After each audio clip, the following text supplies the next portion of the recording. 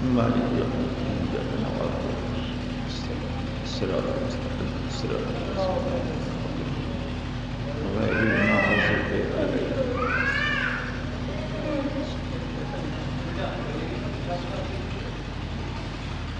أعوذ بالله من الشيطان الرجيم. بسم الله الرحمن الرحيم. الحمد لله رب العالمين والصلاة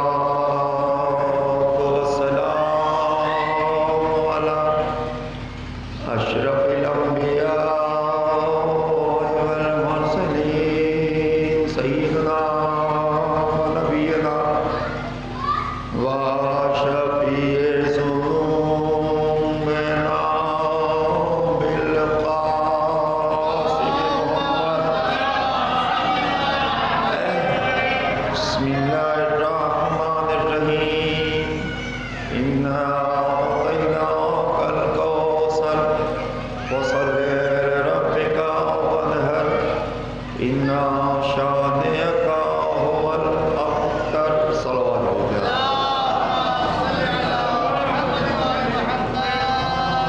اعزائے کبھی ایام فاطمی اور اس کے سلسلے سے یہ آنے والی مجالس، اس کی آخری مجلس، اس میں آپ شرکت کر رہے ہیں. آپ کے بیچ میں مجالس ہوئی اور ہم نے سماعت کیا، شرکت کی. آج پھر اسی سلسلے میں شہزادی کے ہی حوالے سے جو ہمارے بیچ میں گفتگو ہونی ہے، صرف اور صرف زیادہ سے زیادہ حصہ شہزادی کون ہے؟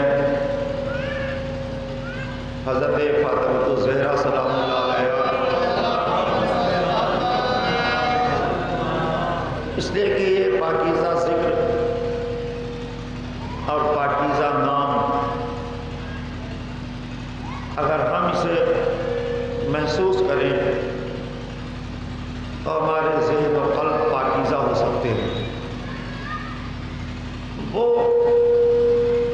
مرکز اہل بیت، مرکز صداقت، مرکز طہارت، نگاہ قدرت میں بلند شخصیت، خدا کا تعارف کرانے والے رسول کے لیے سبب تعارف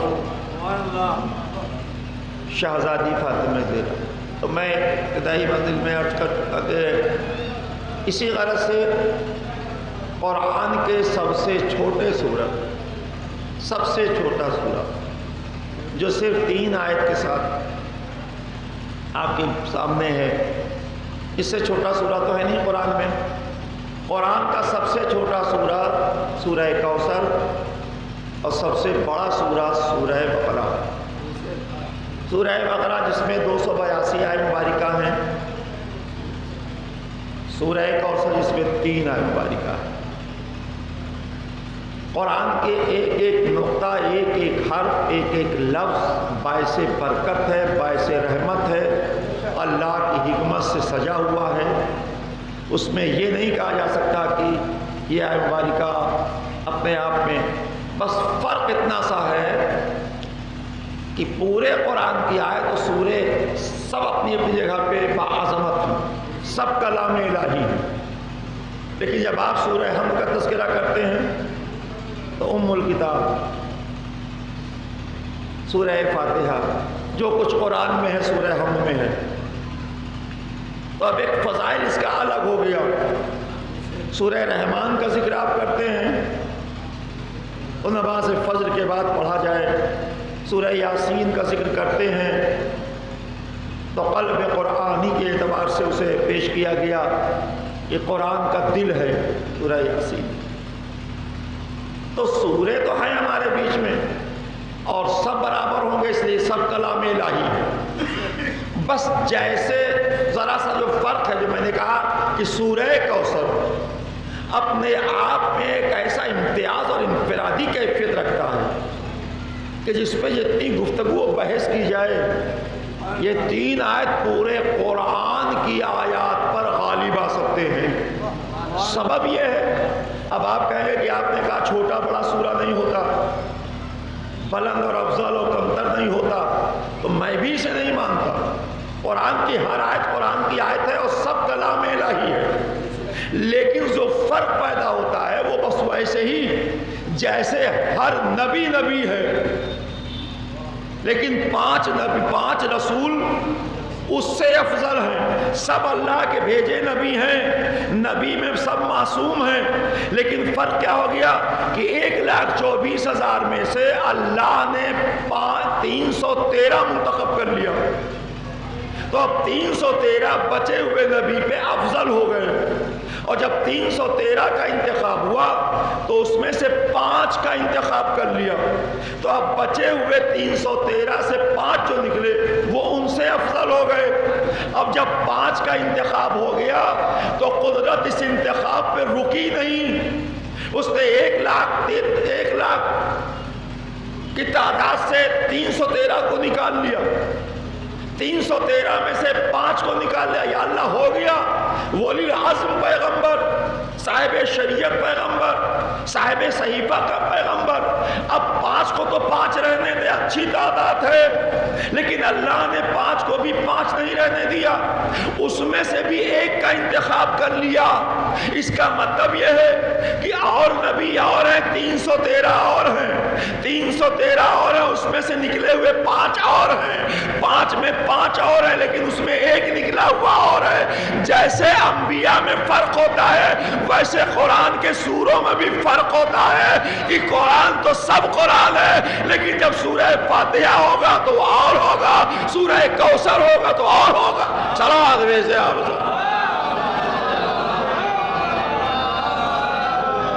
جب آپ سورہ کوثر کا تذکرہ کرتے تو میں جلدی سے اس کا ترجمہ مفہوم اس کا کر دوں، آپ کے سامنے پیش کر دوں جو آپ کے ذہن میں ہے، پھر اسے دوہرا دوں۔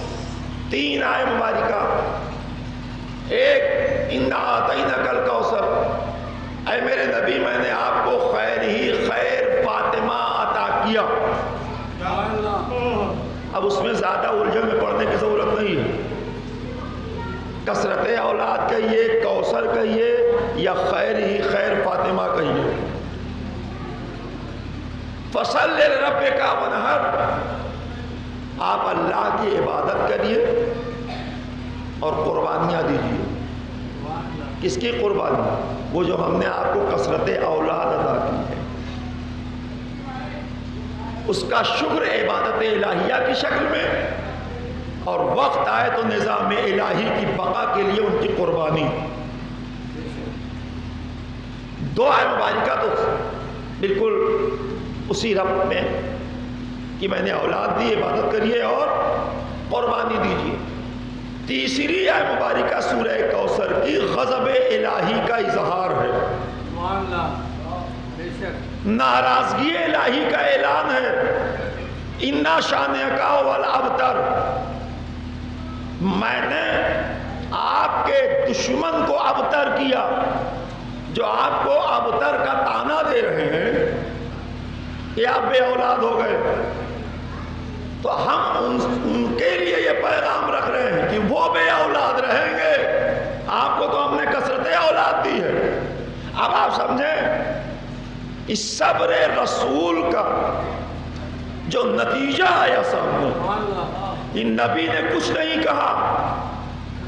ابن وائس نے اپنے ساتھیوں کے ساتھ طنز کیا نبی پر، جب وہ اپنی اولاد کو سپرد خاک کر کے واپس آ رہے تھے قبرستان سے، تو اس نے کہا کہ اب ان کی اولاد نہیں رہی، اب یہ بے اولاد ہو گئے، دونوں فوت کر گئی، انتقال کر گئی، اب ان کی اولاد نہیں ہوگی۔ لیکن کوئی بغض رکھے، حسد رکھے، دشمن بن جائے، منافق ہو، مشرک ہو، لیکن جب کسی حق کے خلاف آواز اٹھاتا ہے تو اسی اٹھی ہوئی آواز میں کچھ حق کے نقاط بھی چھپے رہتے ہیں، وہ بچا نہیں پاتا بولنے میں، کچھ نہ کچھ چھوڑ جاتا ہے اپنے بیان میں، تو دشمن رسول نے کیا چھوڑا؟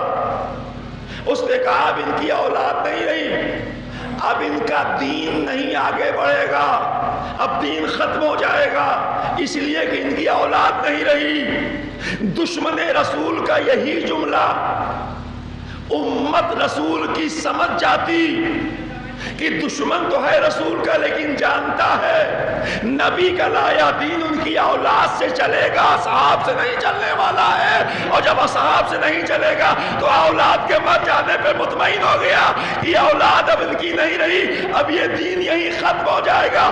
اللہ نے کہا ہم نے کثرت اولاد دی، یہ دین بھی رہے گا، میرا نام بھی رہے گا، تیری رسالت بھی رہے گی، وہ بے اولاد ایک صلوات بھیج دے آپ۔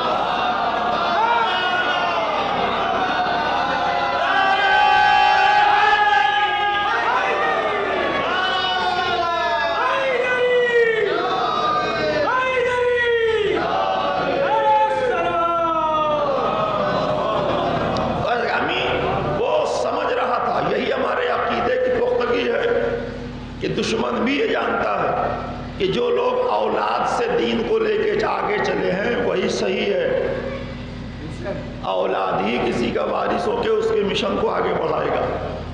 تو یہ میں نے کہا تیسری آیت مبارکہ اللہ کی ناراضگی کا اظہار ہے، اِنَّ شَانِئَکَ هُوَ الْأَبْتَرُ۔ اب اس کے لیے کئی بار میں عرض کر چکا ہوں، پھر رسمی طور پر عرض کر دوں، اس لیے کہ آج ابھی تک آپ نے بہت ہی عمدہ بیان سماعت کیے ہیں اور اس میں اصلاحی گفتگو اور تمام پیغامات آپ کو ملے۔ اب میں چاہتا ہوں کہ صرف تاریخ کے اعتبار سے اسی شہزادی کا ذکر کر لیا جائے جو آخری مجلس میں اس اعتبار سے ہو جائے کہ جلوس بھی نکالا، تو میں کہتا کہ یہ ابتر رہیں گے۔ اب جب تاریخ کے دامن میں آپ جائیں گے اس سورے کو لے کر تو آپ کے کیے گئے ترجمے سے تاریخ میں بڑا اختلاف پیدا ہو جاتا ہے۔ تاریخ بیٹیوں تک خاموش، قرآن کثرت اولاد کا پتہ دے۔ اب ظاہر ہے کہ اگر سمجھ میں نہیں آتا تو اپنی فکروں کا علاج کرے، اس لیے کہ تاریخ لکھی ہوئی ہے مولوی کی، قرآن ہے اللہ کا کلام، تو کلام الہی کبھی مولوی کی کتابوں سے نہیں طے ہوگا، وہ کتابیں اللہ کے کلام سے طے ہوتی ہیں، اس لیے کہ جو قرآن کہتے ہیں وہی آخر ہے ہمارا اور آپ کا۔ اسی لیے عظمت رسالت میں جب میں بھی جہاں بھی جاتا ہوں اور گفتگو ہوتی ہے تو میں کہتا ہوں کہ آپ کتابوں کو نہ پڑھیے، اس لیے کہ رسول آپ کو کتاب سے نہیں ملیں گے، اور آپ کہیے قرآن سے مل جائے رسول، تو کیا یہ عقل کام کرتی ہے آپ کی کہ کسی بھی جونیئر سے سینئر کو لیا جائے؟ اس لیے کہ جب وہ سینئر ہوگا اور کوئی جونیئر بتانے والا ہوگا تو اتنا ہی بتائے گا جب سے اس نے دیکھا ہے اس کو، وہ پیچھے والا تو بتا نہیں پائے گا۔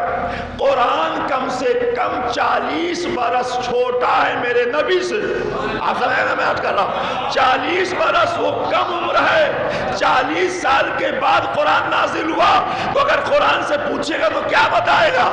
لڑکپن میں مکے کی سرزمین پہ اخلاق کا منارہ بنی ہوئی ذات کو کون بتائے گا؟ اس لیے کہ جب نبی سے کہا گیا، ایک یہودی نے آ کے کہا کہ آپ نے اعلان نبوت کیا، اعلان رسالت کیا، کہا اللہ نے مجھے نبی بنایا، کہا لیکن یہ اعلان تو میں بھی کر سکتا ہوں، اپنے لوگوں کو اکٹھا کروں۔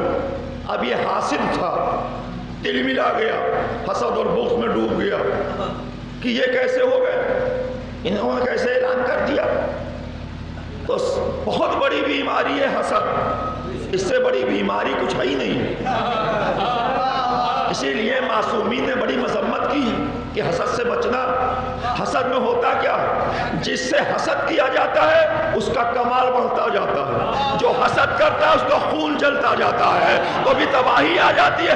اہل بیت کے فضائل پہ کوئی اثر نہیں پڑا، مر گئے وہ لوگ جو حاسد بن کے زندہ تھے مکہ اور مدینے میں، لائق لعنت وہ بن گئے، مذمت ان کی ہو رہی ہے۔ اس لیے کہ معصوم کے سامنے آ جانا، ان سے حسد و بغض رکھنا، تو میں کہہ رہا کہ آپ نے میں نے کہا رسول قرآن 40 سال پیچھے ہے اور وہ بھی نبی کی زبان پاک کا محتاج ہے.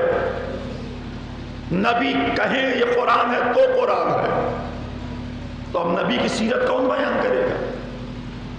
جس سے نبی کی سیرت ملنی تھی پیچھے اسے تو آپ نے کہہ کے چھوڑ دیا کہ یہ تو بھی کلمہ نہیں پڑھے اور کیا نہیں ہو. اس پہ بحث نہیں، صبح زیادہ ہو جائے گا معاملہ. ایک ہی شخصیت تھی مکمل سیرت رسول بتانے والی جسے آپ حضرت عمران حضرت ابو طالب کے نام سے جانتے ہیں. ان سے آپ دور ہو گئے. تو میں کہتا کہ وہ حسد و بغض میں ڈوبا ہوا آپ نے اعلان کر دیا نبوت و رسالت کا. اب میں بھی ایک پیغام دے دوں اسی سلسلے سے کہ کچھ تو ہو جائے کہ ہاں کر دیا اللہ نے مجھے بنایا. اب مسئلہ تو بڑا سخت تھا کہ جس نے بنایا ہے وہ سامنے نہیں، جو بنا ہے وہ سامنے ہے. اب کیا ہوگا؟ وہ کہہ رہا ہے بنانے والا کیسے معلوم کیا آپ کو بنا رہا؟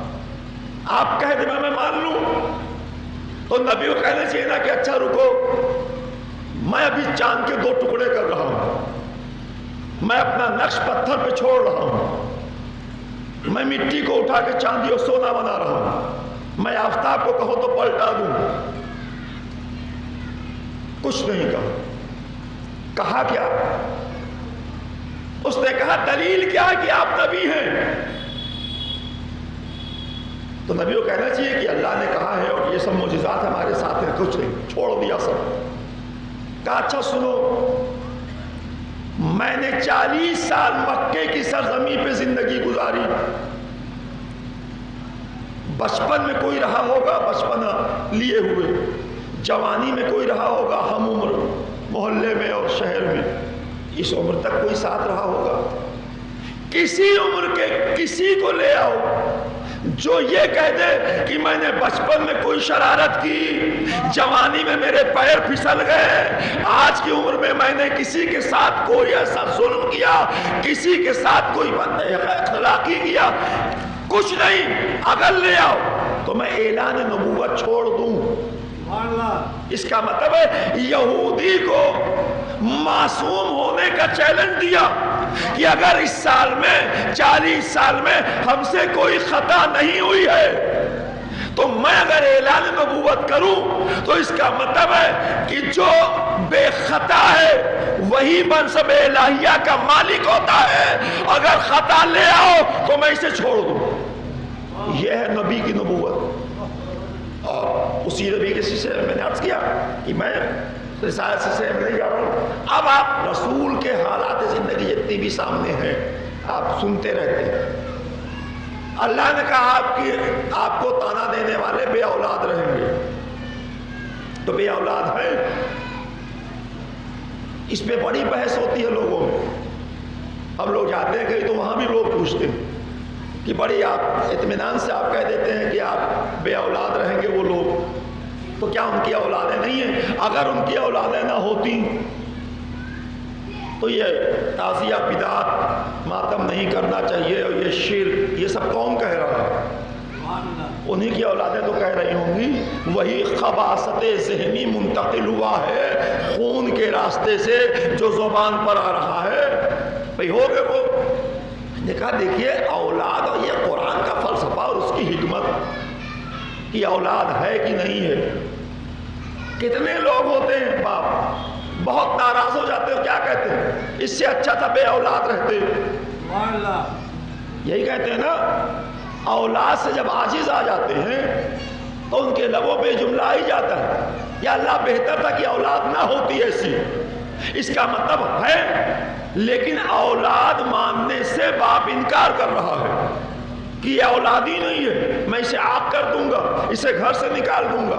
تو بہت سارے ایسے مسئلے ہیں معاشرے میں جو ہونے کے باوجود باپ انکار کر رہا ہے. لیکن آج سب سے بڑا وہ آسان لفظوں میں جو اس کی وضاحت کرنی ہو تو وہ اتنی سی کہ اگر ان کی اولاد ہو تو کوئی کہتا کیوں نہیں؟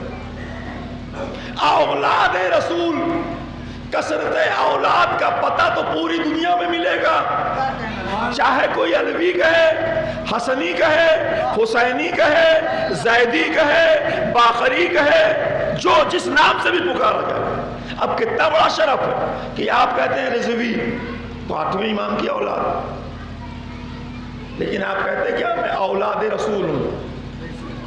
ہے رضوی اولاد رسول، ہے زیدی 4تھے امام کی اولاد رسول، ہے تقوی 9ویں امام کی اولاد رسول، ہے نقوی 10ویں امام کی اولاد، لیکن اولاد رسول۔ یہ سب اولاد رسول ہے سادات کرام، لیکن لکھتے ہیں رضوی، نقوی، جو بھی امام سے ان کے لقب ہوتے ہیں ان سے جوڑ۔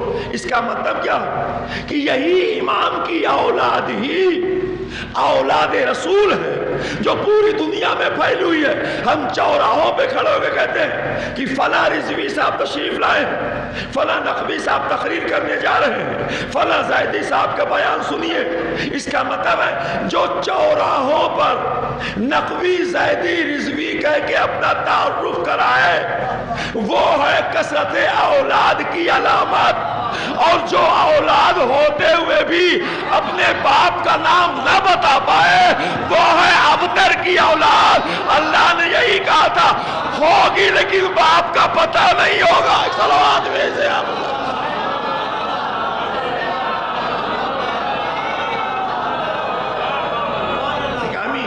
جو اپنے باپ کا پتہ نہ بتا پائے، جو شرمائے اپنے باپ کی ناکامیوں پر، اس لیے کہ بدنام باپ سے نامور بیٹے اپنا تعارف نہیں کراتے، چھپاتے ہیں کہ اگر خدا نخواستہ باپ ٹھیک نہیں ہے تو بتاتے ہیں میں کس کی اولاد ہوں، میں اللہ اور کہوں، مثلا یہاں کہوں، بس وہ میرے رشتہ دار بھی ہیں یہاں کھل کے نہیں بتاتا۔ یہ تو حکمت اختیار کی مولا علی نے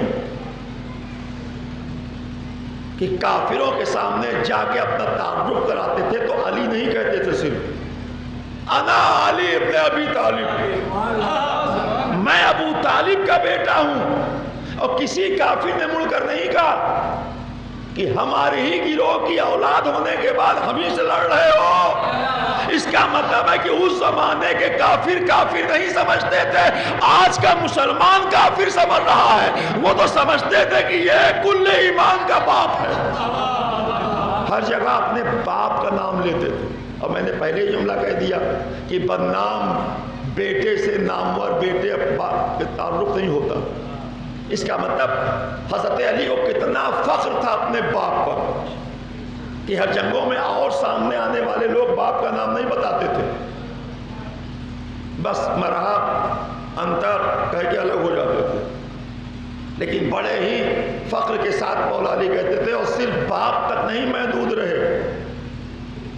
ایک جنگ میں ایک سہارا مل گیا کہ وہاں آپ نے کہہ دیا میری ماں نے میرا نام حیدر رکھا ہے۔ اس کا مطلب ہے کہ باپ کی بھی وضاحت کر دی اور ماں کی پاکیزگی کا بھی بتا دے دیا کہ میں جس کا بیٹا ہوں اس کے باپ کو ابو طالب کہتے ہیں، ماں کو فاطمہ بنت اسد کہتے ہیں۔ صلوات بھیجے آپ۔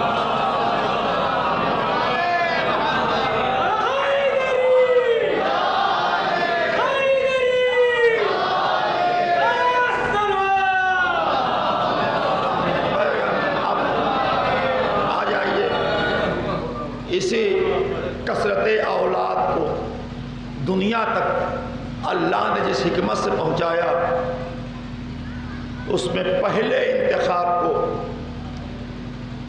حضرت خدیجہ کہتے ہیں۔ قدرت کو ایک تلاش تھی پاکیزہ اور امین آغوش کی کہ کوئی ایسی امین آغوش ہو جس میں یہ اپنے قدرت کی نایاب موتی ڈالی جا سکے۔ تو اب کیسے انتخاب ہوا؟ بغیر آزمائش کیے ہوئے نہیں انتخاب ہوا، بہت سوچ سمجھ کے قدرت نے اولاد انہیں دی ہے بیٹی۔ جناب خدیجہ کا امتحان لیا، پہلے دولت دے کر امتحان لیا کہ دیکھیں کتنی امین ہے بی بی، اور جب جناب خدیجہ نے اب ظاہر ہے کہ بیٹی کے ذکر کے ساتھ ماں کا ذکر تو بہت ضروری ہے، تھوڑا سا برداشت کر لیں۔ جناب خدیجہ بے شمار دولت، بچپن سے باپ کے ساتھ تجارت کا حساب کرتی تھی، جسے آپ اکاؤنٹنسی میں آپ دیکھتے ہیں کہ باقاعدہ حساب کرنے والا رکھا جاتا ہے الگ سے۔ جناب خدیجہ 5-6 برس کی عمر سے اپنے باپ کے ساتھ تجارت کرتی اور وہ حساب و کتاب وہی کرتی تھی۔ بے شمار دولت، جس کی دولت کے صدقے میں آپ فرش عزا پہ بیٹھے ہوئے ہیں۔ اگر دولت خدیجہ بیچ میں نہ آ جاتی تو پھر اسلام کا کارواں آگے نہ بڑھ پاتا، اس لیے کہ غریبوں نے اگر کلمہ پڑھا تو اس بستی کے امیروں نے ان غریبوں پہ ظلم شروع کر دیا اور کہا کہ اگر تم نے کلمہ پڑھ لیا ہے عبداللہ کے بیٹے کا تو جو میرا قرض باقی ہو اسے واپس لاؤ، اگر قرض واپس نہیں کرتے تو جب تک نہیں کرتے تب تک واپس دین پہ رہو، یا دین چھوڑو یا قرض دو۔ اب غریب آدمی قرض کہاں سے دے واپس؟ اب آپ سمجھے، بہت زیادہ بات نکل جاتی ہے، جمعہ کا مقصد سمجھیے۔ 5 کلومیٹر کے دائرے میں نبی مومنین کو اکٹھا کر کے بستیوں کے حالات کی خبر لیتے تھے کہ کیسی حالت ہے وہاں کلمہ پڑھنے والوں کی، وہاں کلمہ پڑھنے والوں کی، وہاں کلمہ پڑھنے والوں، اور جو جن کی دشواری ہوتی تھی انہیں وہاں کے ذمہ دار لوگوں کو سونپ دیتے تھے کہ ذرا آپ نگاہ رکھیے گا اور دیکھیے گا، پھر اگلے ہفتہ جمعے میں بات ہوگی۔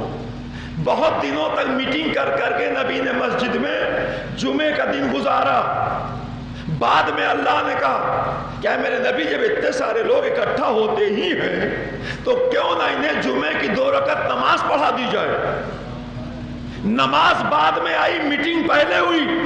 میٹنگ اس لیے ہوئی کہ امت کی فلاح و بہبودی کے راستے ڈھونڈے جائیں۔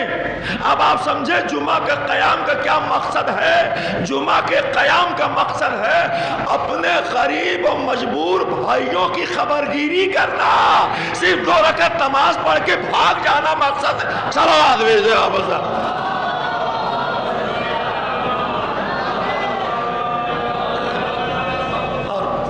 کر چکا۔ یہی وجہ ہے کہ عیدین کا خطبہ بعد میں ہوتا ہے، نماز پہلے ہوتی ہے۔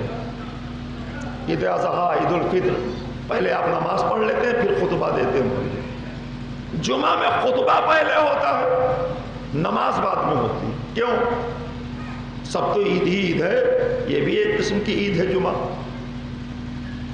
فرق یہ ہو گیا کہ عیدین کی نماز کا حکم آیا، اس کے بعد خطبہ ہو گیا، لیکن جمعے کی نماز کا حکم بعد میں آیا۔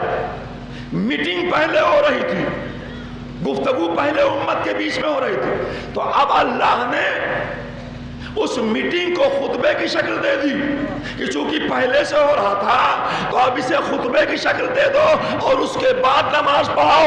اس کا مطلب ہے اللہ پہلے بندوں کے حقوق کی حفاظت میں خطبہ دلاتا ہے، پھر اپنا سجدہ بعد میں کرواتا ہے اور بتاتا ہے مجھے بندے پیارے ہیں۔ صلوات بھیجے آپ اللہ۔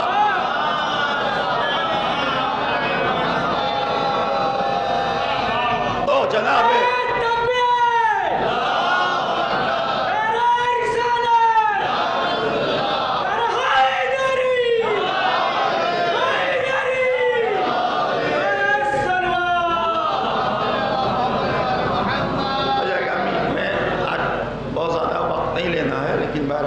اس حد تک کہ ایک مجلس مرتب کی جا سکے تو میں کہا جناب خدیجہ، اب چونکہ ساری چیزیں ہو سکتا ہے کبھی سنے بھی ہوں کہے بھی ہوں، ہر وقت مجلسیں ہوتی رہتی ہیں، پڑھتا رہتا ہوں، تو آپ جب غریبوں سے قرض واپسی کا ذکر کرنے لگے لوگ، یا تو دین چھوڑو یا قرض دو، تو اب اس خبر نبی تک آئی، یہ خبر جناب خدیجہ تک پہنچی۔ جناب آپ ان کی دولت کا استعمال دیکھیے کس طرح ہوا ہے۔ جناب خدیجہ نے کہلایا کہ جتنے قرضدار ہیں لوگوں کے، ان رؤسا کو بلاؤ جن کے وہ قرضدار ہیں، اور جو قرض دار ہیں انہیں بھی بلاؤ. اب آپ فیصلہ کیجیے. آپ کسی کو 2-4 ہزار روپے قرض دیے ہوں اور وہ آپ کو کہے کہ چلیے آپ کو بلائے گا, تو میں کیوں جاؤں, جا کے قرض دے کے میرا آؤ. اس لیے کہ دولت مندوں کے لیے یہ تو بڑی توہین کی بات ہے کہ وہ قرض بھی دیں اور قرض دار کو بلانے پہ وہ جائیں بھی کہیں. جناب خدیجہ نے کہا سب سے کہو کہ آئیں میرے دروازے پر. اب کتنی آسانی سے سب آ گئے, کسی نے انکار نہیں کیا. کیوں؟ خدیجہ نے بلوایا ہے, قرض دار نے نہیں بلایا. جناب خدیجہ کا پیغام گیا رؤساء امراء تک کہ بلایا گیا ہے آپ کو, چلیے. فوراً چلے آئے. کیوں؟ ذرا سا کرتے نا کہ میں کیوں جاؤں, جا کے ان سے پیسے مانگ کے لاؤ مجھے دو. فوراً چلے آئے اور جب آ گئے تو قرض دینے والوں کی ایک لائن بنی کیوں, اور ایک قرض لینے والے کی لائن بنی. پردہ ڈالا گیا پیچھے جناب خدیجہ ملکۃ العرب, اور اب آواز آئی, ہاں بتائیے کون کتنا کس کا قرض دار ہے. تو جو قرض دار تھا آدمی, اب ایک ہی بات کر دوں بس وہی سب کے لیے. جو قرض دار تھا اس نے بتایا میں 3000 درہم سہل بن عبداللہ کا باقی ہوں. پھر جناب خدیجہ نے کہا سہل بن عبداللہ تو میرا کتنا قرض دار ہے. اب آپ سمجھے یہ آئے کیوں؟ اس لیے آئے کہ غریب ان کے قرض دار تھے, امیر خدیجہ کے قرض دار تھے. تو کیسے جرات کرتے کہ قرضہ ان سے لیا ان کے دروازے پر نہ جائیں. کہا کتنا باقی ہو؟ کہا میں آپ کا 4000 درہم. کہا تو 3000 درہم اس کا چھوڑو, میں تمہارا 4000 چھوڑ رہی ہوں, جاؤ اب مانگنا نہیں. سب سے کہلایا جس سے قرض لیا تھا غریبوں نے, سب قرض دار تھے جناب خدیجہ کے. ان سے قرض کم معاف کروایا, اپنا زیادہ معاف کیا. اب آپ سمجھے سیاسی مصلحتوں میں حکومت پانے کے لیے قرض معافی کا اعلان کرنا اور ہے, اور شریعت کے تحفظ میں قرض معافی کا اعلان کرنا یہ خدیجہ کا کرم و کرم ہے. چلو آدمی سے آپ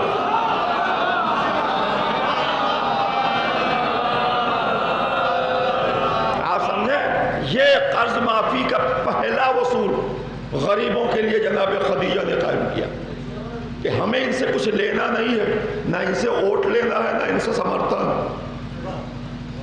صرف ان کے ایمان کے تحفظ میں ہم کھڑے ہوئے, ہم ان کی فلاح. تو اب آپ سمجھے تو وہ سب کا قرض. اب اگر یہی دولت بیچ میں نہ آ جاتی تو جتنے قرض دار تھے پھر واپس چلے جاتے کفر کی غلاظتوں میں کہ نہیں دے پاؤں گا تو یہی بنا رہوں گا.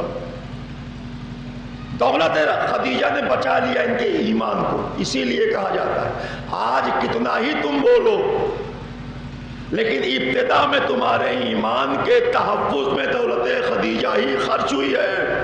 احسان ہے دولت خدیجہ کا. تو آپ سمجھے کہ کتنی بڑی دولت مند ہے خدیجہ, کتنی بڑی دولت مند ہے.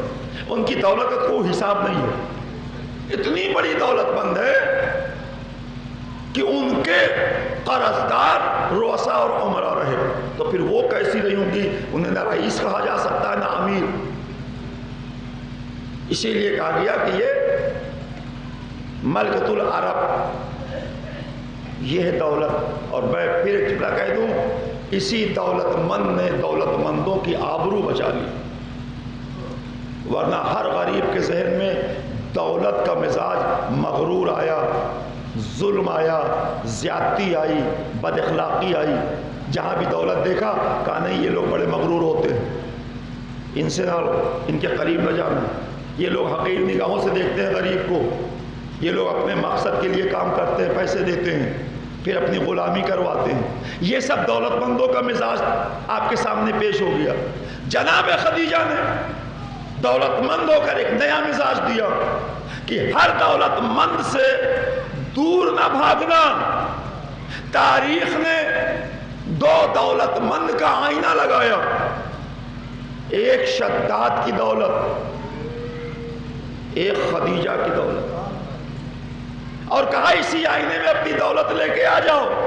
اگر شداد کا غرور دکھائی دے تو اسلام ٹھوکروں سے مارتا ہے، اور اگر خدیجہ کی قربانی دکھائی دے تو اسلام گلے سے لگاتا ہے اور احترام کرتا ہے. اس سے دولت مند ہو. اس لیے کہ شداد کی دولت خرچ ہوئی دنیا میں جنت اپنے لیے بنانے میں. دنیا میں اپنے لیے جنت بنانا شداد کی دولت کا استعمال ہوا، تو اس نے اپنی دولت کا استعمال کیا. جناب خدیجہ نے لوگوں کو جنت پہ پہنچانے کے لیے اپنی دولت کا استعمال کیا. خود تو جنت پہ تھی ہی، جس کے نواسے سردار جنت ہو، جس کی بیٹی نساء کی سردار ہو، جس کا داماد کوثر کا مالک بن جائے، جس کا شوہر شافع محشر ہو، پھر اسے جنت کی کیا مسئلہ. لوگوں کو جنت پہ پہنچانا خدیجہ کی دولت کا کام تھا، اپنے لیے جنت بنانا مغرور شداد کی دولت کا کام تھا. وہ نہ خود پہنچ پایا نہ وہاں جا سکا. خدیجہ یہاں بھی جنت میں رہی، وہاں بھی جنت کا سفر کرتی. صلوات بھیجے آپ.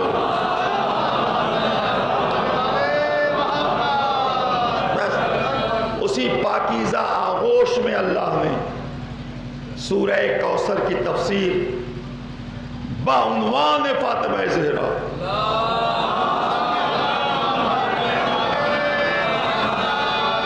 اللہ نے اتاری. اب یہ اتنی بڑی نعمت ہے کہ پہلے دولت میں امانت داری دکھائی، اور اب ایک اس بیٹی کو جو مرکز ایمان بنی. اب جناب سید آپ جانتے ہیں کہ اسے میں عرض کر دوں کہ کتنا پاکیزہ نام ہے شہزادی کا. یہ کتنا پاکیزہ نام ہے، کس طرح اللہ نے اس نام کی حفاظت کی ہے. جناب سیدہ سے پہلے نام فاطمہ، فاطمہ بنت عمرو، حضرت ابو طالب کی ماں اور عبداللہ کی ماں، دو بیٹوں کی ماں فاطمہ بنت عمرو عبد المطلب کی زوجیت میں آئی. اور باقیہ ابو لہب، جناب حمزہ اور ابن عباس، یہ لوگ دوسری ماں سے. ابو طالب اور عبداللہ فاطمہ بنت عمرو کے بیٹے. یہ ایک فاطمہ سے پہلے فاطمہ بنت اسد مولا علی کی ماں. باپ کی ماں کا نام بھی فاطمہ، بیٹے کی بھی ماں کا نام فاطمہ. پھر فاطمہ زہرا، اب پوتوں کے بھی ماں کا نام فاطمہ، حسنین دونوں بیٹے. پھر پانچویں امام، چوتھے امام کی بیوی فاطمہ بنت حسن، ان کے بیٹے پانچویں امام. پھر مولا علی کے گھر میں آنے والی فاطمہ کلبیہ مادر عباس. پھر ساتویں امام کے گھر میں آنے والی فاطمہ معصومہ قم. یہ سب فاطمہ ہے اس گھرانے سے. اور لوگوں نے یہ نام نہیں رکھا بغض و حسد میں کہ ہم یہ نام نہیں رکھیں. میں کہتا ہوں کہ یہ ان کے ذہن میں آیا کہ نام نہ رکھوں، اصل میں یہ قدرت کی طرف سے ان کے ذہنوں میں وسوسہ ڈالا گیا کہ تم اس نام کو نہ رکھنا، کہیں ایسا نہ ہو کوئی بیٹا فاطمہ کا دین کا باقی بن جائے تو نام فاطمہ کی پاکیزگی باقی نہیں رہے گی. میں تو چاہتا ہوں کہ کوئی نہ رکھے، وہی نام رکھا جائے جسے فاطمہ کہا. تو اس نام کی پاکیزگی کو قدرت نے بچایا. لوگ حسد میں نہیں نام رکھ رہے تھے، قدرت مسکرا رہی تھی. میں تو یہی چاہتا ہوں کہ ہر کوئی نام یہ نہ رکھ لے، اس لیے کہ 27 بنی امیہ کے بادشاہان وقت جنہوں نے اپنے کو خلیفۃ المسلمین کہا، 23 بنی عباس کے 50 ہو گئے، 50 یا 54 بادشاہان وقت گزرے جو نام جن کا آیا تاریخ میں معصوم کے زمانے میں. اتنے لوگ گزرے. آپ بھی دیکھیے گا، میں یہاں سے لکھنؤ تک کی مجلسوں میں، شاہ نجف کی وجہ سے میں نے عرض کیا تھا اور وہاں کافی لوگ تھے کہ میں کتنا جانتا ہی ہوں، میرا علم ہی کیا ہے، لیکن اگر ایسا کہیں ملے تو مجھے آپ واٹس اپ کر دیجئے گا، ہمارے علم میں اضافہ ہوگا اور پھر اس بیان کو میں روک دوں گا. میں نے کہا یہ بنی امیہ بنی عباس جتنے بادشاہ ہیں ان کی وردیت دیکھ لیجیے اگر ملے، ایک تو آسانی سے ملتی نہیں، لیکن اگر مل جائے تو کسی بادشاہ وقت کی ماں کا نام فاطمہ نہیں ہے۔ آپ یاد رکھیے گا، جا کے دیکھیے گا، کسی بھی بادشاہ کے ماں کا نام فاطمہ نہیں ہے۔ کیوں؟ اللہ چاہتا یہ تھا کہ جو فاطمہ کے لال ہوں، یا محافظ رسول ہوں، یا محافظ دین ہوں، یا محافظ شریعت ہوں، یا پابند شریعت ہوں، یا دیندار ہوں، یا معصوم کے گھر میں آئے، یہ دین ہی دین ہو، کہیں بے دینی نہ پائی جائے۔ اب اگر قدرت نے اس نام کی حفاظت کی تو ہمیں بھی حفاظت کرنی چاہیے۔ ہماری ماں بہنوں کو یاد رکھنا چاہیے کہ بڑی آسانی سے آپ کہہ دیتی ہیں فلاں فاطمہ، اس لیے کہ ہر نام کے آگے فاطمہ۔ تو اگر نام فاطمہ ہے تو اس نام کی پاکیزگی کی حفاظت کرنا تمہاری ذمہ داری ہے۔ کہیں سے تمہارا ایسا کوئی عمل نہ ہو جو عمل شرمندگی کا باعث ہو، یا تو پھر نام بدل لینا، اس لیے کہ فاطمہ پاکیزگی کا نام ہے۔ قدرت نے بڑے اہتمام سے اس نام کی حفاظت کی ہے، نمایاں لوگوں میں نہیں جانے پایا۔ تو یہ شہزادی فاطمہ ذرا اب آپ دائرے کی وقت ہو رہا تو جناب سیدہ کا تذکرہ، میں جناب خدیجہ کی بیٹی، کیا کہنا عظمت شہزادی ہے۔ کئی مجلسوں میں غالباً اسی اپنے ہی وطن میں آپ ہی کے بیچ میں 7ویں مجلس میں پڑھ رہا ہوں ایام فاطمی کی، اور ہر مجلسوں میں کوشش کیا کہ ٹکڑے ٹکڑے کر کے اسے ایک آپ کر لیں گے تو بن جائے گی ایک مجلس، لیکن یہاں ایک مکمل مجلس کیونکہ وقت ہے ذرا سا تو عرض کر دوں، جلوس نہیں کرنا۔ یہ جناب سیدہ، آپ نے سنا کہ 4 بیٹیاں، ذہنوں میں یہ سب نوجوانوں کے اس لیے رہنا چاہیے کہ سوال بہت ہوتے ہیں، تو آپ الجھیے نہیں، جواب دے دیجئے سیدھے سیدھے کہ بھائی یہ ہے ہمارے وہاں لکھا ہوا کتاب، اور انہی کی کتابوں میں ابھی میں آج پڑھ رہا تھا اترولہ میں وہ مجلس ہو رہی تھی ایام فاطمہ سلسلے میں اور رسالے سے، تو وہاں بھی میں نے عرض کیا کہ جب آپ شہزادی کا ذکر سنتے ہیں اور کہتے ہیں لوگ کہ 4 بیٹیاں، تو بہت آسانی سے جواب دیجئے 2 جملوں میں ذہانت کے ساتھ، زیادہ کتاب بھی نہیں الٹنا ہے، فوراً کہیے یا تو میں عدالت رسول کو مانوں گا تو 4 بیٹی نہیں مانوں گا، اگر 4 بیٹی مانوں گا تو رسول کی عدالت چھوڑ دوں گا۔ چھوڑوں گے کیا، چھوڑ جائے گی۔ کیوں؟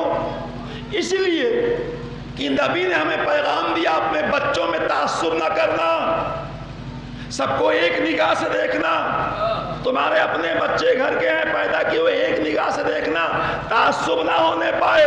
تو جو نبی ہم سے کہے بچوں میں تعصب نہ کرنا، اگر اس کے 4 بیٹیاں ہیں تو مباہلے میں 1 کو کیوں لایا، 4 کو کیوں نہیں لایا؟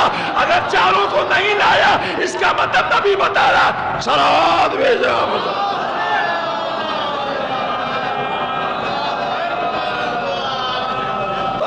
اگر 4 تھی نہیں لائے تو عدالت رخصت، 1 تھی لائے تو عدالت باقی۔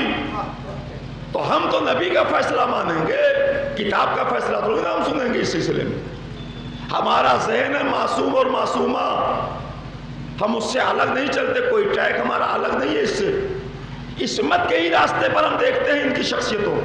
تو اس کا مطلب ہے نبی 1 بیٹی کو مباہلے میں لے کر آئے، اس کا مطلب 1 بیٹی تھی۔ فدق کے معاملے میں شہزادی نے اپنے باپ کی وراثت کے نام پہ تحریر پیش کی کہ میرے بابا مجھے دے گئے ہیں، یہ میرا اپنا ہے، یہ باغ میری اپنی ہے۔ فدق اس تاریخ میں جو لڑکیاں ہیں تاریخ میں دامن میں وہ فوت کر گئی، اب نہیں ہیں، مباہلے کے دور میں تھیں، فدق کے وقت نہیں ہے، وہ تینوں فوت کر گئی، انتقال کر گئی۔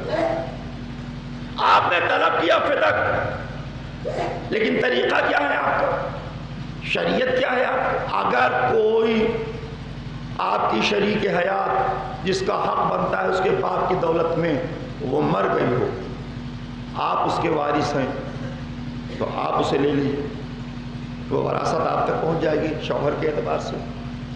تو بیٹیاں تو مر گئی ہیں لیکن وارث سب زندہ ہیں۔ ایک ذو نورین کی حیثیت سے انہیں 2 حصہ چاہیے اور ایک حصہ چاہیے۔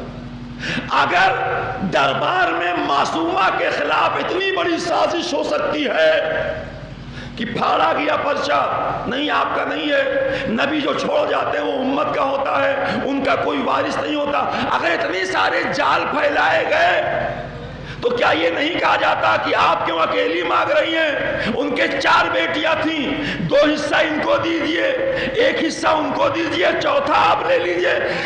کوئی بھی ایسی تحریر کسی کتاب میں اس دربار سے نکل کر نہیں آئی۔ اس کا مطلب کیا ہوا کہ طلب فدق تک فاطمہ اکیلی بیٹی تھی، بعد فدق کتاب میں پیدا کی گئی ہیں یہ بیٹیاں، اس کے بعد یہ بیٹیاں وجود میں آئی ہیں۔ تو جو بغیر رسول کے پیدا ہو وہ نبی کی بیٹی نہیں ہوتی، وہ تاریخ کی کوکھ سے پیدا ہوا ہے۔ صلوات بھیجتے ہیں آپ۔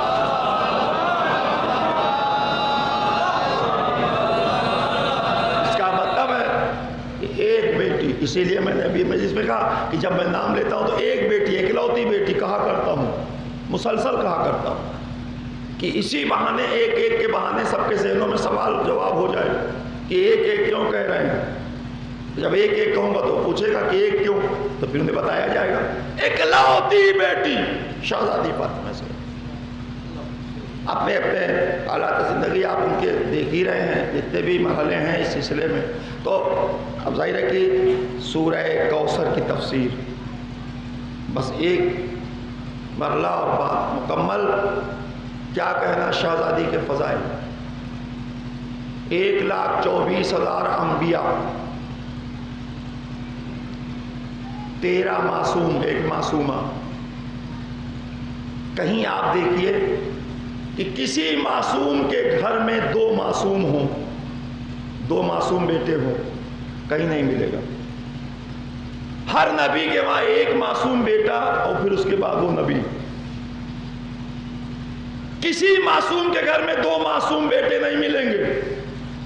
صرف یہ شرف اللہ نے بخشا ہے فاطمہ زہرا کو کہ صرف ان کے وہاں ہے۔ اب ان کے وہاں کیوں ہے؟ ظاہر ہے کہ آپ کہہ سکتے ہیں کیوں ہے، اس لیے کہ کیوں تو بہت چلتا ہے۔ ان کے وہاں کیوں ہو گیا اور سب کے وہاں 2 اولادیں کیوں نہیں ہوئی معصوم؟ صاف اور واضح دلیل، کسی معصوم کے وہاں معصوم بیوی نہیں تھی۔ اگر مریم اکیلی رہی تو وہ شوہر نہیں رکھتی تھی، اس لیے ان کو عیسیٰ ملا ایک، خود معصوم تھی، معصوم بیٹا مل گیا۔ ہر نبی معصوم تھا، انہیں ایک بیٹا معصوم ملا۔ جب قدرت نے دیکھا کہ 2 معصوم کا اتصال ہوا ہے تو اللہ نے 2 معصوم بیٹے دے دیے، ایک حسن کا تحفہ علی کو، حسین کا تحفہ سیدہ کو ملا۔ صلوات بھیجتے ہیں۔ اب آپ سمجھے، یہ 2 اولادیں جناب سیدہ، اور یہی وہ سلسلہ ہے کہ جہاں امامت ذرا سا ٹھہر گئی بھائی سے بھائی تک پہنچنے کے لیے، اور کہیں بھائی سے بھائی تک نہیں پہنچا کوئی۔ آپ یہ نہ سمجھے کہ جناب موسیٰ اور ہارون ادھر نہ جائیے گا، ہارون موسیٰ سے پہلے دنیا سے رخصت ہو گئے، وہاں منتقل نہیں ہوئی نبوت، ان کے زمانے میں تھے۔ بس 2 اولادیں اللہ نے دی، ایک معصوم علی کو حسن کی شکل میں اور ایک معصوم بیٹا حسین کی شکل میں سیدہ کے حق۔ 2 بیٹے، دونوں معصوم۔ اب ظاہر ہے کہ اس گھرانے کی فضیلت کون بیان کر سکتا؟ کہاں سے آپ بیان، کیسے بیان کر سکتے کہ جہاں یہ حالات ہیں؟ کہ میں نے پہلے ہی کہا کہ آپ کو حدیث کیسا پڑھتے ہیں تو اس میں آپ پڑھتے ہیں کہ اگر فرشتوں نے پوچھ لیا یا رب من تحت القصا، اگر فرشتوں نے کہا یا رب من تحت القصا، یہ پالنے والے یہ چادر کے نیچے کون ہے؟ تو کہنا چاہیے میرا رسول ہے، ان کی بیٹی، ان کے داماد، ان کے نواسے۔ بڑی شخصیتوں سے چھوٹی شخصیتوں کا تعارف ہوتا ہے. اگر یہی میرے والد صاحب بیٹھے ہوں اور مجھ سے کہا بھائی یہ کون ہے، کہا ان کے بیٹے ہیں، یہ تھوڑی نہ کہا جائے گا کہ ان کے یہ باپ ہیں. الٹا تھوڑی نہ ہوگا، سیدھا تو یہی ہے. بزرگوں کا احترام بھی، حزب مراتب بھی باقی رہے، عظمت رسالت بھی باقی رہے. تو فرشتوں کو بتانا چاہیے دیکھ نہیں رہے اور رسول ہے، ان کے داماد، ان کی بیٹی، ان کے نواسے. یہ مزاج بدل کیوں گیا قدرت کا؟ جس نے کبھی کوئی تعارف رشتے سے نہیں کروایا، اس قدرت نے پہلی اور آخر بار رشتوں سے تعارف کرایا. اور قدرت کی آواز آئی ہم فاطمہ، یہ فاطمہ ہے، ابوہا وہ بالوہا وہ بنوہا، یہ ان کے باپ ہیں، یہ ان کے باپ ہیں، یہ ان کے شوہر ہیں، ان کے بیٹے ہیں. اس کے بعد نہ کبھی رشتے کی بنیاد پہ تعارف ہوا کسی کا، نہ اس کے پہلے کبھی تعارف ہوا. جب ہوا تو منصب کے اعتبار سے تعارف ہوا. نبی نے کہا فاطمہ بذت منی، فاطمہ میری رسالت کا جز ہے، بیٹی نہیں فاطمہ. حسن اور حسین نواسے نہیں، حسن اور حسین اپنی شخصیت ہے. من کنتو مولا فہذا علی مولا، علی اپنی ایک شخصیت ہے، جس کا میں مولا اس کے علی مولا. الحسن حسین سیدہ شبابی اہل جنہ، یہ نواسے نہیں. حسن حسین اپنی ایک شخصیت ہے جو جوانان جنت کے سردار ہیں. نہ حدیثوں میں رشتہ آیا، نہ قدرت نے رشتہ جوڑا. اس لیے کہ رشتہ جوڑے کیا؟ رشتہ جوڑے تو کنان کی شکل میں بیٹا ہلاک ہو جاتا ہے، رشتہ جوڑے تو گھر میں بیوی باقی نکل جاتی ہے. تو کون سا رشتہ جوڑے، کیسے رشتہ جوڑے؟ لیکن پہلی بار اللہ نے کہا یہ فاطمہ ہے، چادر کی مرکز بنی ہوئی فاطمہ. ناتوانی محسوس کی رسول نے، چادر اوڑھی رسول نے، جو بعد میں سب سے آخر میں آئی سیدہ، اور سب موجود تھے چادر، جو سب سے آخر میں آئی وہی مرکز بن گئی، وہی سبب تعارف بن گئی.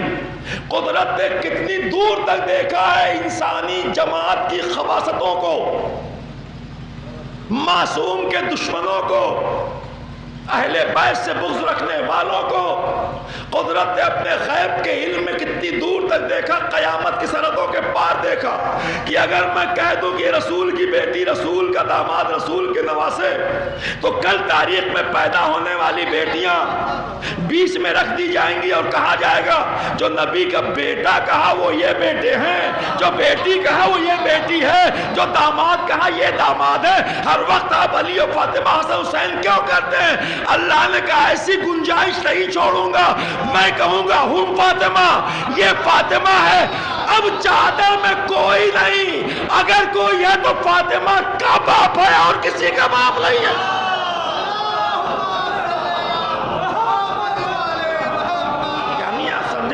قدرت نے بتایا کیا؟ اب چادر میں فاطمہ ہے، ان کا باپ ہے اور کسی کا باپ نہیں.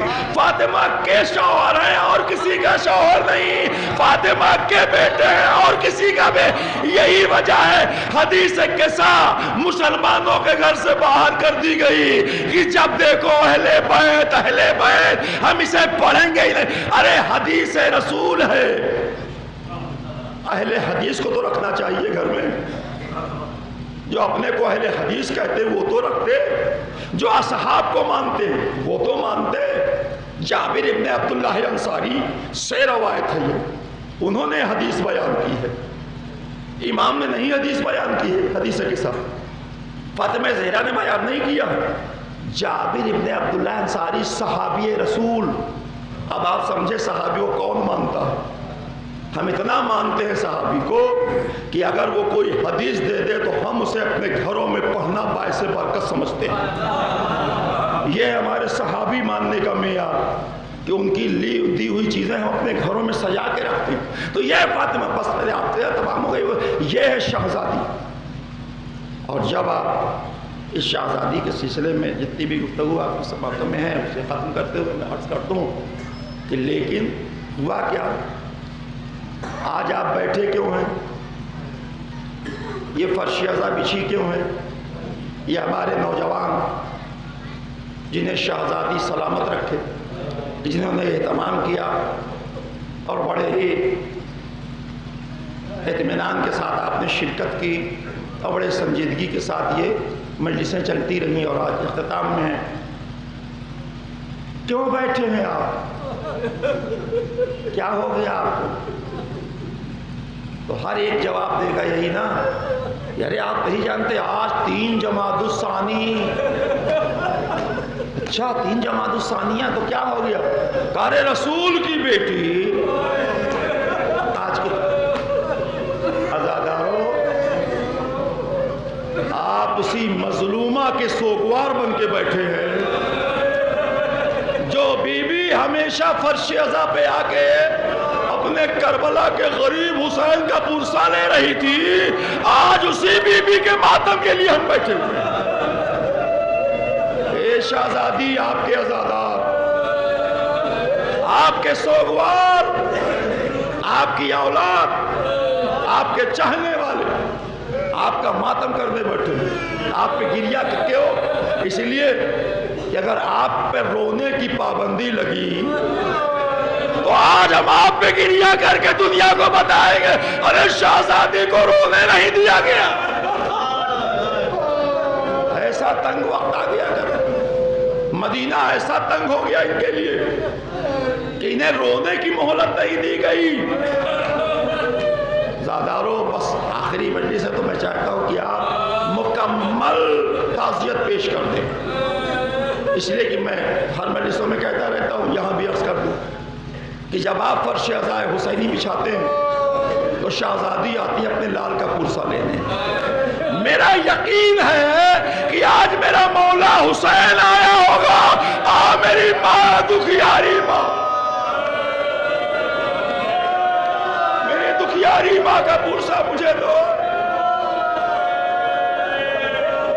مجھے دو، میری ماں کے شکستہ پہلو کا پرسہ، میری ماں پہ گرنے والے دروازے کا پرسہ۔ عزادارو، جس طرح سے بھی آپ جلتے ہوئے دروازے کا واقعہ سنتے چلے آئے ہیں، پرسہ لینے میرا مولا حسین آج اپنے غموں کو چھوڑ کر اپنی ماں کا سوگوار بن گیا ہے۔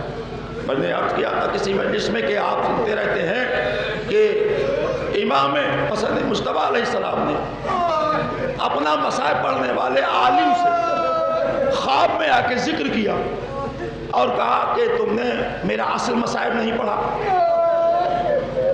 ارے مولا، آپ گھبرا گیا خواب میں، کہا مولا ہم نے پڑھا تو آپ کے کلیجے کے ٹکڑے ہوئے، آپ کے جنازے پر تیر چلا، آپ کے ساتھ بڑا ظلم ہوا، سب تو پڑھ دیا میں نے، آج آپ کی شہادت کی تاریخ تھی۔ کہا نہیں، یہ اصل مصائب میرا نہیں ہے۔ سادارو، کیسا مصائب ہے شہزادی فاطمہ زہرا کا کہ بیٹا زہر سے شہید ہو جائے، شہادت کے بعد بھی مصائب نہ بھول پائے۔ امام حسن نے خواب میں کہا میرا اصل مصائب یہ نہیں ہے، عالم نے کہا پھر آپ کا مصائب کیا ہے؟ امام حسن نے کہا میرا اصل مصائب یہ ہے کہ میری ماں دروازے سے دبی تھی، میں دیکھ رہا تھا،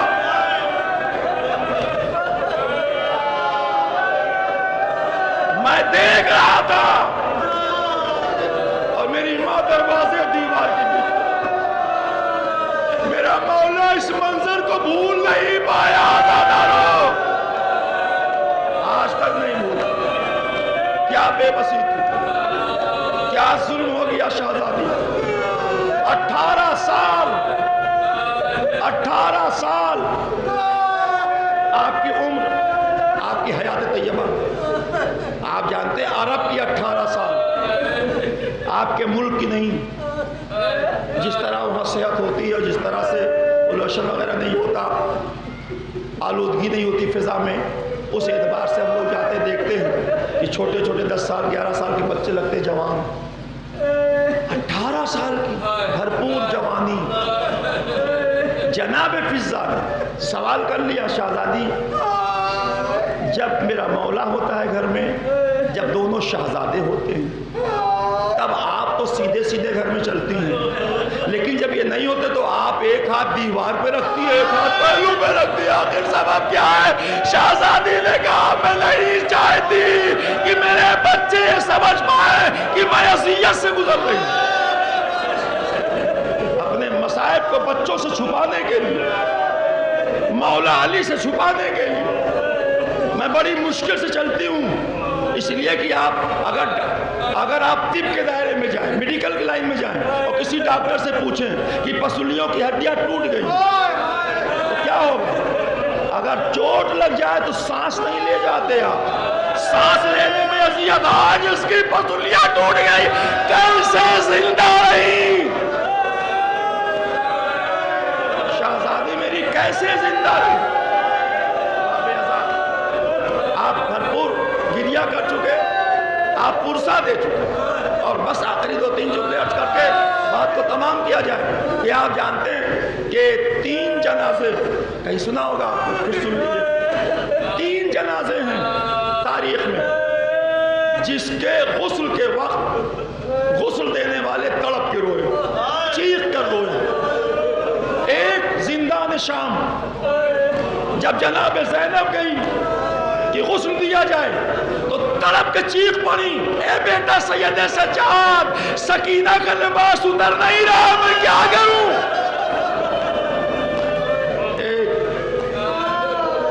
دوسرا جنازہ، چوتھے امام بیمار کربلا کا، جب 5ویں امام نے لباس اتارا بابا کا اور اکیلے غسل دینے گئے، پانی ڈالتے ڈالتے کروٹ کیا، جب کروٹ کیا تو پانی ہاتھ سے چھوٹا اور چیخ پڑے، اور جب باہر نکلے کہا غلاموں نے مولا کیا ہوا؟ کہا 35 سال کے بعد میرے بابا کے پشت پہ زخموں کے نشان۔ بس، اور اب یہ پھر آج کی تاریخ میں اسی وقت، یہی تو وقت ہے غسل جناب سیدہ کا، یہی وقت ہے، اس لیے کہ اب شب میں غسل ہے، اسی شب میں جنازہ اٹھنا ہے، شب 4 میں۔ آج دن میں بعد ظہرین آپ کی شہادت ہے اور اس وقت آپ کو غسل دیا جائے گا، دیا جا رہا ہے۔ اب تصور کریے، اس وقت میرا مولا غسل دے رہا ہے، اس وقت آپ یہاں بیٹھے ہوئے، آپ پرسا دے رہے ہیں، میرا مولا غسل دے رہا ہے، برابر آپ سنتے کہ غسل دیتے دیتے چیخ پڑے۔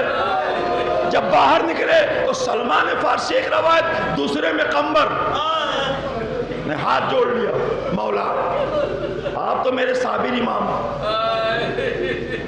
اور آپ اس طرح چیخے کہ گھر سے باہر آواز گھر سے باہر آ گئی، اور میں نے عرض کیا تھا نا آپ کے بیچ میں، اب آپ سمجھے کہ چوتھے امام نے کیوں کہا تھا کہ جب مصائب بیان ہو میرا تو اس طرح گریہ کرو جیسے وقت جانور آواز کیا کرتے، اس لیے کہ معصوم پر میرا چوتھا امام چیخ کر رویا، حسین کی موجودگی میں رسول چیخ کر روئے، شہزادی کو غسل دینے میں مولا علی چیخ کر روئے۔ تو مصائب میں یہ سب بابا سے بلند روئے ہیں لوگ۔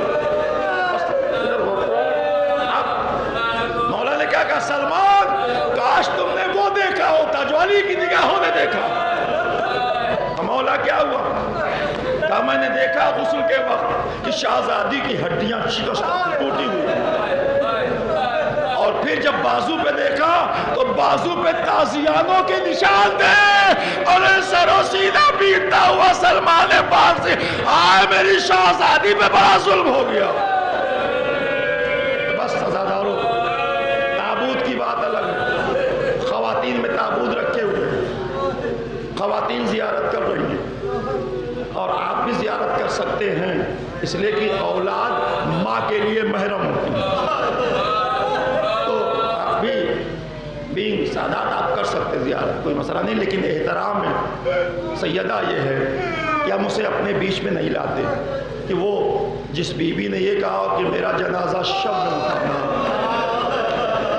مجھے شب میں غسل دینا، پھر اس بی بی کا جنازہ ہم کیوں لائیں؟ اس میں کوئی نہیں ہے، لیکن اب تابوت شبیہ بنا رکھا ہوا ہے، اسے آپ دیکھتے ہیں، غسل تیار دے چکے، کفن پہنا چکے، چونکہ یہ مکمل کرنا ہے مسائل کو پڑھ دیا جائے پورا، کہ جب آپ کا جنازہ تیار ہو گیا، 5 سال کی جناب زینب، 4 سال کی ام کلثوم، 7 سال کے امام حسین، 8 سال کے امام حسن، یہ ترتیب ہے ان کی عمروں کی حیات۔